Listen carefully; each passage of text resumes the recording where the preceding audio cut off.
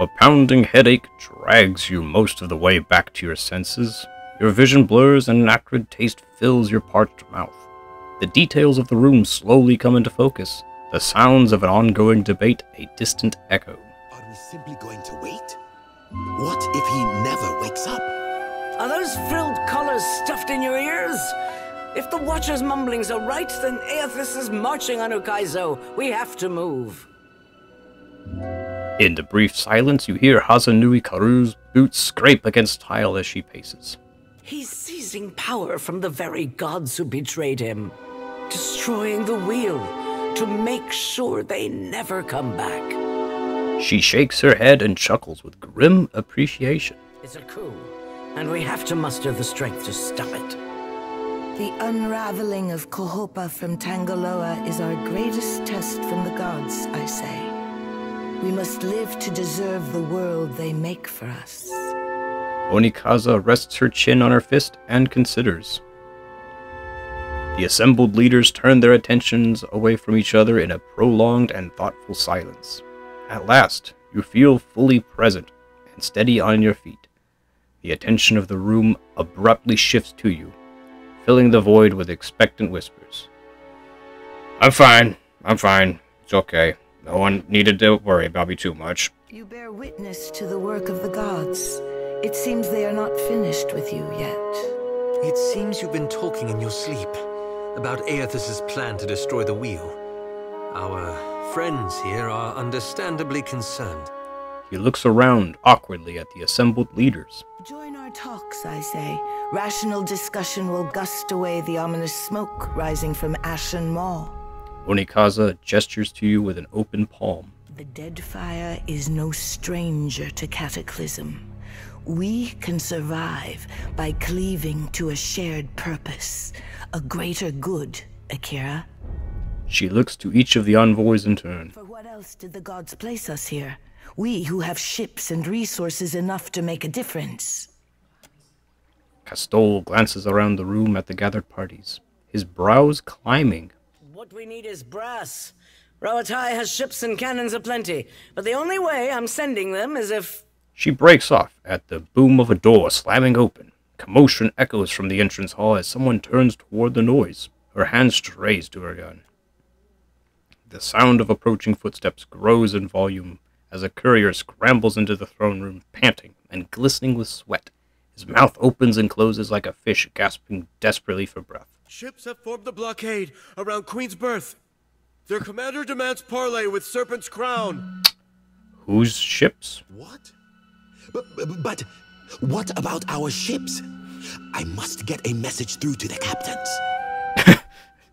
Okay, it's not them. For what do our enemies paint a target on their hull? This is a stirring bid for my attention. Onikaza narrows her gaze past the open door. Send word to my water shapers to drain the sea around the flagship. I would parley on better terms than this. Onikaza begins to rise, but the courier speaks up ahead of her. My queen! They fly the colors of pirates! The Principi are... Well, what have we here? A confident voice booms from the open door. Captain Aldous, I meant to come talk with you sometime, but you seemed the cutthroat sort. The motley sailors who don't hold the Juana guards at bay with drawn weapons take in some of the more opulent decorations with avid interest. One pirate separates out from the fold, sauntering boldly forward. Forgive me, Loveson, but it looks like you're having a party. A rather fine one to which you didn't invite me. She winks, silhouette glinting in the light as she cocks her pistol high above her head. You painted vagrants are a plague on my tribes. Why should I not hang you from the walls of my garden? Onikaza grips the handrests of her throne as if ready to vault up and attack. You should be asking yourself how they got in here in the first place. She glowers in the direction of the throne. I mean, yeah, that's pretty bad security. Oh, I do love when they squabble. But I'm here for neither pleasantries nor entertainment. We've bigger fish to fry. Or should I say gods? A determined-looking guard inches closer to Aldous from the edge of the court. Without looking, the Principe captain swivels her pistol to aim straight at his chest. Now everyone just calm down. I promise we won't fire on you at this time. Unless firstly provoked. That is, until whence we've safely absconded from the city back to the high seas. She grins magnanimously. Then all bets are off again. Aye? It's pretty reasonable for pirates. Yes, well, if you have a point, pirate, I suggest you reach it quickly. We're supposed to take a bunch of pirates at their word? She crosses her arms, the wooden hand groaning. Right you are. However... The narrow-eyed look she settles on the room is more than a little bloodthirsty. I'm here because I've got questions, ones that can't wait. And the lovesome Watcher's the only one likely to answer them nicely. Oh, goodness gracious, I'll just listen. Percamplanca, this is nonsense. I have no intention of letting Ukaizo fall into the hands of plunderers and thieves. Ukaizo? What's the lost city of gold got to do with a god on a rampage? Using the barrel of her gun, she tips her hat back curiously. Aethys is going to shatter life and death, while the rest of you bicker over land rights. Well, fuck if that doesn't put things into perspective. Mm-hmm. But what's that even mean in the long run? Folks who die won't be coming back again. I no idea. I don't know. This isn't exactly a common occurrence here, but Aora kind of thrives on the whole cycle of life and death, but the Anguithans were there before all that, so, like, maybe it'll survive. This is all dark and foreboding sounding. But what's it mean for my soul? I mean, I like the idea of pirating throughout the Great Beyond as much as the next gal. But if, say, I got no awareness after I die, does it even matter what happens? Ak, of course you have no interest past that of your eyes and your stomach. Let us speak now of what can be done. Must be done. Watcher, you know best of all of us what our options are. More answers could become more apparent when we land on Ukaizo. The Huana made compacts with the gods on lost Ukaizo. Anything can happen on the shores of our ancestors. Onikaza nods. I say it is a place where mortals can reach beyond themselves, do freely what animancers struggle to dream. We have to act quickly. Defending Ukaizo is the highest priority. A pensive, focused look sharpens the lines in her face. She scratches her cheek with the fingers of her wooden hand. Our ships are fast and well-equipped. We could sail to the edge of Andra's mortar. See if Aethys' passage opens a way through the storms. She narrows her eyes, watching the others. Of course, finding Ukaizo once we're through is another matter.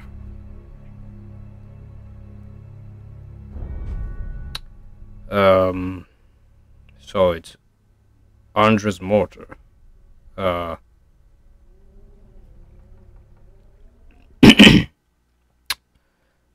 Isn't like Andra's mortar like difficult to get through?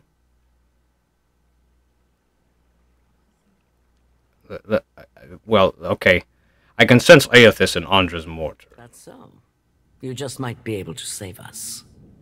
She scratches her chin, an eager glimmer in her eyes. We speak of collectively sailing for Andra's mortar, but this crown will not support any plan that involves a single outsider ship landing on the shores of Ukaizo. A hush falls across the room as Onikaza makes her proclamation. So everyone who wants to be representative will just have to be on Huana vessels. No problem. It is for this moment that the gods test me. Anyone who seeks to cross Andra's mortar will learn that the gates of Ukaizo are the end of compromise with the Huana. Can everyone agree to an armistice while we work through this crisis? I don't mean to let Aethys end us while we bicker. But the fate of Ukaizo is not exclusively a Huana concern. Here we go. I think I'm getting the gist of it now. She rubs the barrel of her gun under her jaw thoughtfully. Then she crooks you a cunning grin. While these witless princocks go at each other's throats, we Principi will cut through the storms and plunder the city of gold. Whatever Aothas is seeking in those ruins, we'll find it, and then we'll sell it to the highest bidder. That, or me and mine will have front row seats to the end of the world. Sounds the pirate's life to me. If the Huana cannot take back our beginning, then our end fast approaches. The gods will judge us by our devotion to Ukaizo. Are you going to guard it as closely as you've guarded your palace today? She shoots a meaningful stare at the pirates. Ukaizo was yours once, and you lost it. Meanwhile, the storms that cover Ondra's mortar plague Rauatai too. We will help the Watchers stop Aothas, but we will not leave our country's future in soft hands. We hope the Watcher agrees. She nods to you. Watcher, there are two kinds of people in the Deadfire. Those who have called it home since time immemorial, and opportunists. Onikaza glares at the assembled dignitaries. With Ukaizo under our control, the Huana would restore order as it has not been seen since the days of our ancestors. She nods slowly, holding your gaze all the while. Order. And the only question is whether it will be the order of ignorance and tradition, or else of conquest. Aren't you here just to make a buck? The secrets to be found in Ukaizo could elevate us all beyond the telling. I will not relinquish that dream so easily. With that, Castol turns to stride away, his shoulders set in a rigid line. Without so much as a final farewell, Aldis tips her head to her armed crew, and the pirates withdraw as swiftly as they arrived. Watcher, I say the time to play at freelancing is at an end. Any of us could get you to Ukaizo, but only one of us will stand by your side. So it seems. Studying you carefully, Onikaza nods and gestures for her attendants to clear the room. Watcher, while we have the chance. I must say, our adventures together have been a welcome change of pace. Aloth approaches you, looking more at ease than you've seen him in a while. Careful, or you're going to make me blush. You know what I mean. When we first met in the Deerwood, you were struggling for your sanity. Now you're fighting for your soul. He pauses. I can't imagine the weight of that burden. And yet you've borne it, and more remarkably. His eyes meet yours, full of genuine warmth. You seem to be holding up pretty well yourself, Aloth. I'm glad it appears so, though I'm hardly in the same position as you. He gives you an almost pitying smile. The gods have sent you after Aothas, and every power of note in Deadfire has their own plans for you. He tilts his head. That puts you in a position of incredible influence. I've known you to be a person of rare kindness. He gives you a warm smile. Still, I'm pleased to see that you don't take your responsibilities lightly. I have a duty to do right by the world. We all do. But so few of us are in the position to do so much. I hope you'll remember this in the days to come. He starts to say something else, but falls silent, the tips of his ears slightly red, and turns away.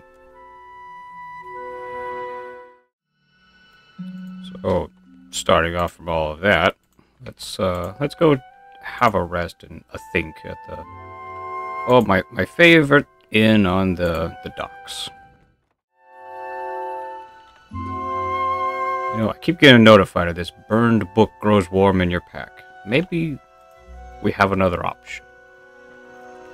We'll get on the boat after we have a rest. Wild mare. Oh. Never mind. Clearing her throat once and then again, Maya raises her eyes to yours when you glance over. Oh, you wanted something, Captain? Something on your mind? Oh wait, no marks on. You could say that. I'll go ahead and say it. You're halfway toward all right. Maya purses her lips and appraises you up and down. Thank you, I think. Harmless compliment, I promise. Have you ever... Dumb question, but here I go anyway. Maya folds her arms and shifts her weight from one foot to the other. You ever gotten close to someone, even though it just wasn't... ordinary? God stepped on me once. Yeah, that about kicks the legs out from under ordinary, doesn't it? What I'm talking about is a scenario where a difference in rank can get in the way of enjoying shore leave.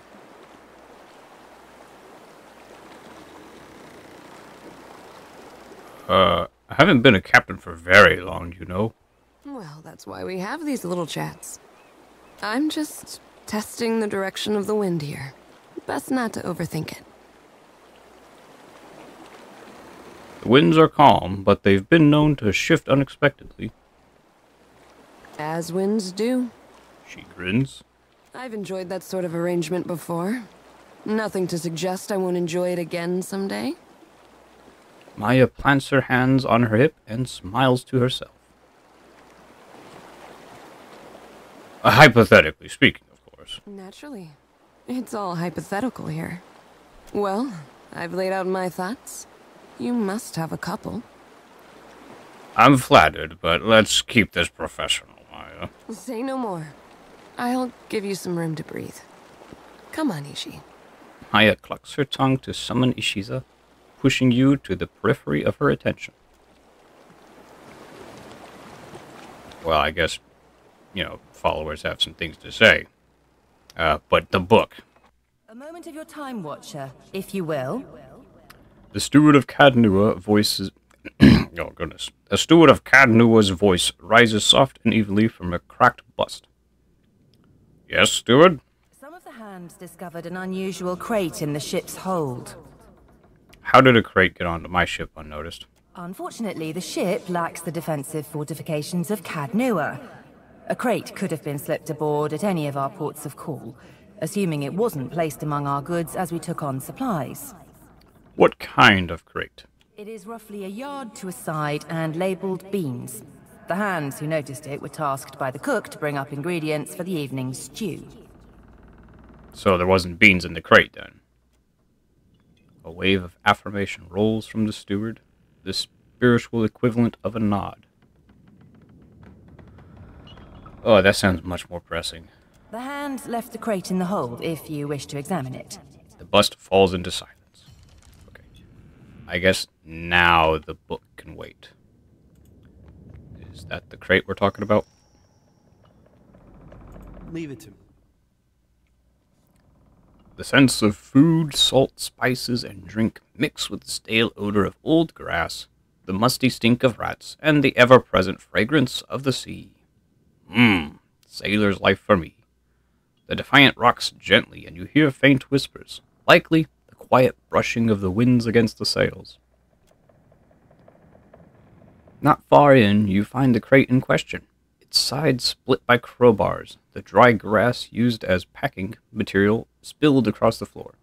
Within stands an intricately crafted chest of some dark tropical wood. A polished visage peers up at you, a triumvirate of wild animal faces carved in the swirling Juana style. The front of the chest bears an iron latch affixed to a complex iron mechanism that runs to the top four corners of the chest. You see no bolts or keyholes. Well, that's weird. Examine those carvings. The only guy who can. The three animals seem to be a spider, a stalgear, and a boar. You don't know if they have any greater significance. Joti's nose wrinkles at the image. I reckon this might be the Juana hunting god, like Galloway, but not exactly. What's wrong with the latch? The arms hold the box together, but you see no locking mechanism. If it's a trap, you don't see any evidence of it. Chewing on the nub of his pipe, Adair frowns at the crate. Looks like a whole mess of metalwork, without much in the way of purpose. Not a trap on it.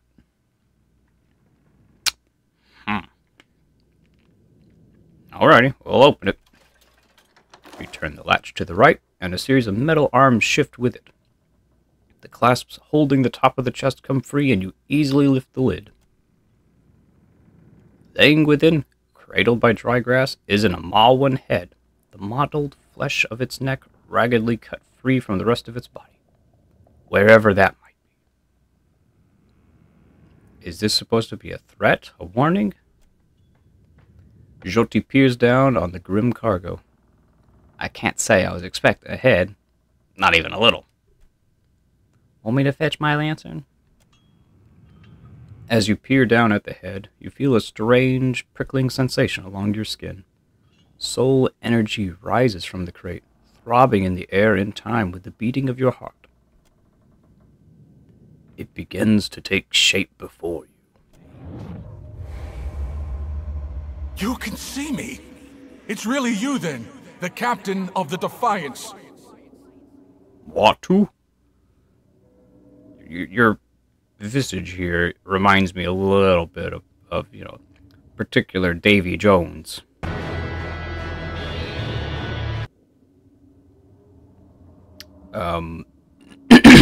It's the Defiant, not the Defiance.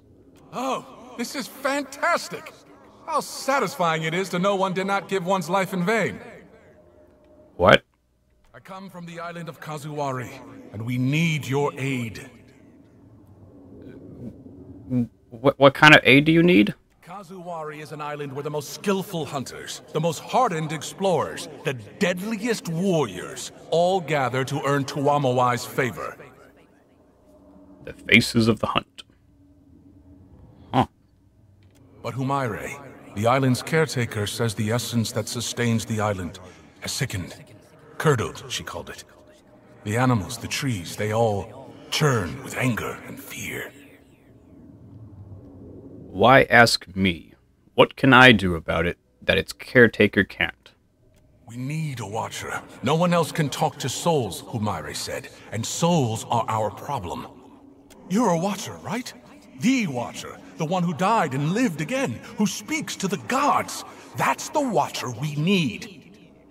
More like spoken at by gods. I knew it. I knew Humaire wouldn't have lied. You will help, won't you? But what do you need me to do? Oh, that's fantastic. Thank you. Speak to Humaire at Kazuwari, Watcher. She'll be able to better explain the situation than I am.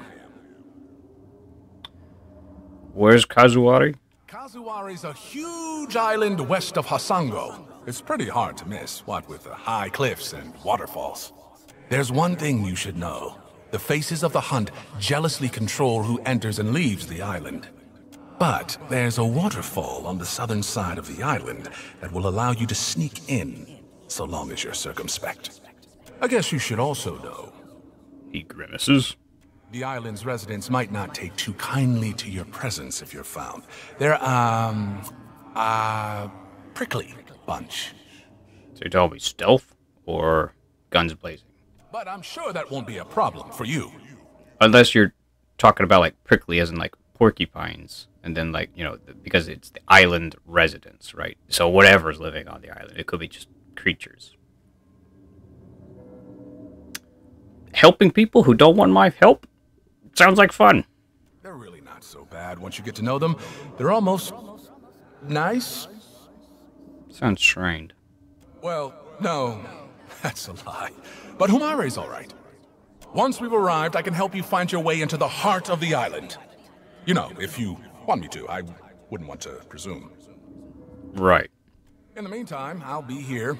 Well, behind you, really, with the rest of the spirits following you around. Okay. Just make sure you're known, I guess.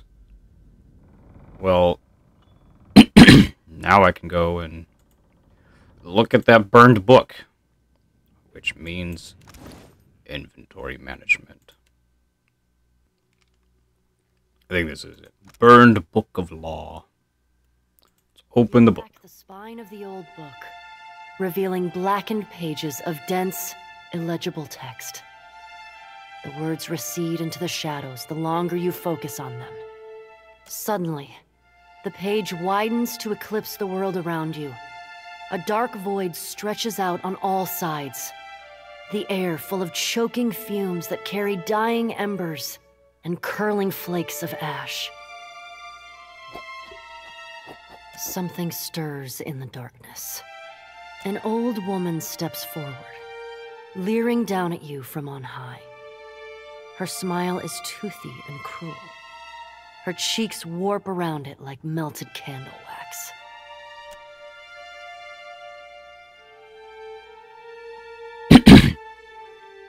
Oh. Vodka? I'm so... maybe like a raspy old one. I'm so glad that my messenger tracked you down. These days, it's impossible to find good help. Keep your distance, hag. Before you draw your weapon. Oh, wait. No. Still vodka. Before you draw your weapon, know that these proceedings are under a banner of peace. If this was a trap, it would have already closed around you. While Bareth whispers in one ear and Aethys shouts in the other, I thought you could use a more seasoned perspective to drown out the noise. So you dragged me into a blistering inferno? This is but a small corner of the beyond, one that I use for privacy and contemplation when I need to get away from the endless chatter. Don't you find it unusual how open and accessible my siblings have made themselves? After millennia of subdued whispers, now they practically scream their intentions. Isn't it strange how we never bicker unless a mortal is watching? So what's your point? If we still possessed our glorious titans, my siblings and I would have put an end to Aethys and his rampage by now. Margaret and Andra tried their best at Ashen Maw, but I'm afraid we won't see an opportunity of that sort again. While we are powerless to stop it, some of my kin wish to observe how mortals respond to this threat. They think it will shine a light on the value of our patronage. Have we raised you well enough to be self-sufficient, or must we return to Aora and impose some corrective measures? And if we prove ourselves, what then? What indeed? That would depend on which of us you ask. A cross-section of society has converged on the Deadfire. Some of my kin are of an opinion that we are meant to judge mortals on the basis of their performance, while the rest of us have already made up our minds on the matter. I like how there's no music. I feel like this might be a bug, where there's like no music, there's no voice acting, it's just very quiet unless I select an option. Anyways, so why do I get the feeling you're trying to convince me of something? Judge for yourself, but I think you'll find my intentions are more straightforward than you think. When we ascended to godhood, we did so to provide for a savage people. Our goal was to craft a society whose values were made to last. Perhaps even a society that had no need of us. A naive fallacy, but one that inspired my optimistic, misguided kin. How you and your allies encounter this threat will demonstrate whether you are competent enough to guide your own destinies, or if we need to revise our strategy. The soft-hearted among us are counting on you to win this existential wager. No doubt Aethys shares their sympathies. I do not. We exist to rule over mortals. Nothing can change that. So now you know the truth. I assume you have questions.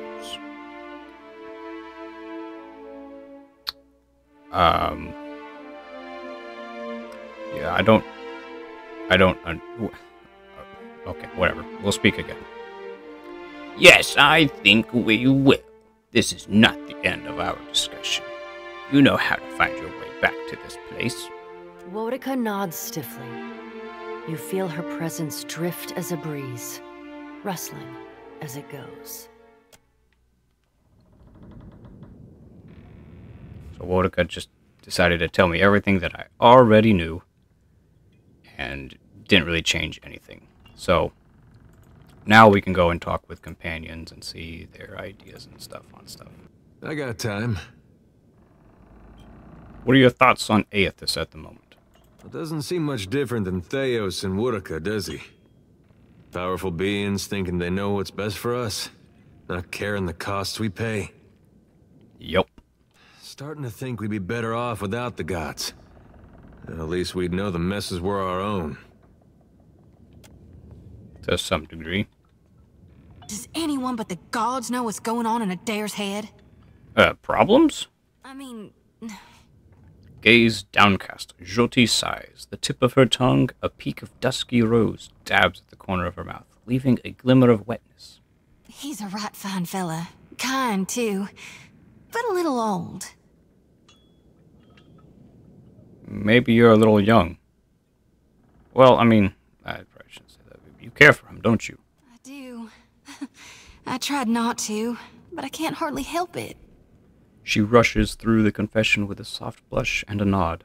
He's just so considerate and nice. If not to me, then everyone else. And he's so darn big and strong. I know my pa would have liked him. Problem is, I think he doesn't much like me, Watcher. Why would you think that? Aside from the fact that every time I talk to him, he shoots me down? She grins crookedly, somehow looking both abashed and amused. One night, while everyone was sleeping. Oh. I might have borrowed a bottle of rum and shook him awake. I thought he'd be more open to talk by the light of my lantern. You know, if it was just the two of us. Mm-hmm. He looked at me like I was a scorpion that had crawled into his sleeping bag. That is not a very good way to approach someone. What should I do? You'll help me, Watcher, won't you? I mean, just give him enough time and, I guess, space to come around? Jyoti chews at her bottom lip for a while before exhaling a quiet sigh. She hums something that sounds like, mm-hmm. I'll try my gone darnest.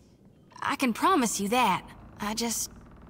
As if unable to help herself, she beams you a bright and hopeful smile. I hope you're right.